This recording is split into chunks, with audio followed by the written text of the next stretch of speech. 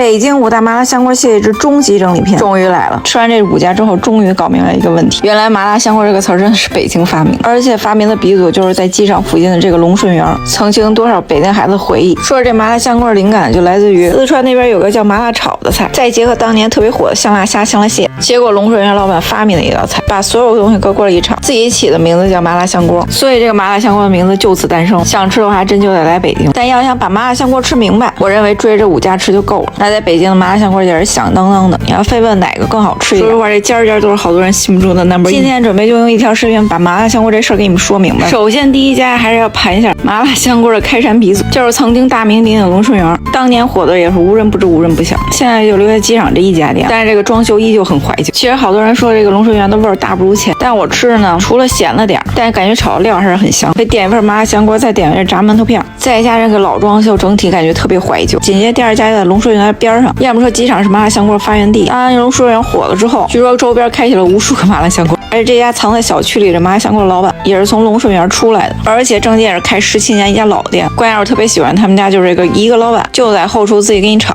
而且他们家用的油居然还是山姆，虽然炒的慢是慢了点，但是真香，而且关键是价格也特别好，便宜的88就能吃一盆。你要问我的感觉，就真有点当年吃好吃麻辣香锅的味儿，又香又麻又辣，但关键吃完是不咸不油的。反正你要问我这个香辣味儿，是我喜欢那款，感觉很多新鲜食材加上各种调料香料一起给你炒出来。关键我特别喜欢这种烟火气满满、接地气小馆的感觉。紧接着第3站机场盘完就可以去南城，真的算是好多人心目中 No.1 的麻辣香锅，也是开了很多年一家老店，就是这个位于南城的荞外坡。关键是拿了一墙子必吃吧，一到饭点这个等位人是巨多，真的里外全坐满。其实来他们家比较特别是吃这种怪炒的麻辣香锅，除了怪炒的还有这种普通版，我们是比较失误点普通的，怪炒应该就多放了一些什么烧烤孜然味儿。他们家整体麻辣香锅是属于那种比较重油重辣，而且感觉香料味儿还是挺重，而且肯定也是现炒锅底没毛病。而他家必点就是一鸭头，就你觉得鸭头还是挺好吃，虽然这吃完不是我喜欢那以前偏干爽型的那种麻辣香锅，吃完会稍微有点腻，但整体香辣味儿还是很不错的。我建议你们来的话一定要尝试他们家怪，那个可能才是他们家实力所在。紧接着第4站同样在南城，也是开了10几年一家老麻辣香锅，又是好多人心目中的No.1。虽然北京也是好几家，但是最老店是在光明楼，一上来就把食材给你展现一个，特别好，还可以炒小孩的锅。其实说实话，来他们家最爱吃就是他们家虾，因为说以前龙顺园的老板就是因为当年太流行香辣虾、香辣蟹，所以他想把同样的锅底放更多食材进行一起炒，是现在的麻辣香锅的灵感来源。但是难得是他们家用的是活，就是特别复刻当年特别好吃的香辣虾，而且整体炒的香辣味儿也很香。说碰见有些食材呢会有点咸，但整体这个麻辣香锅味儿还是很对我口的，而且里头食材用的也比较新。终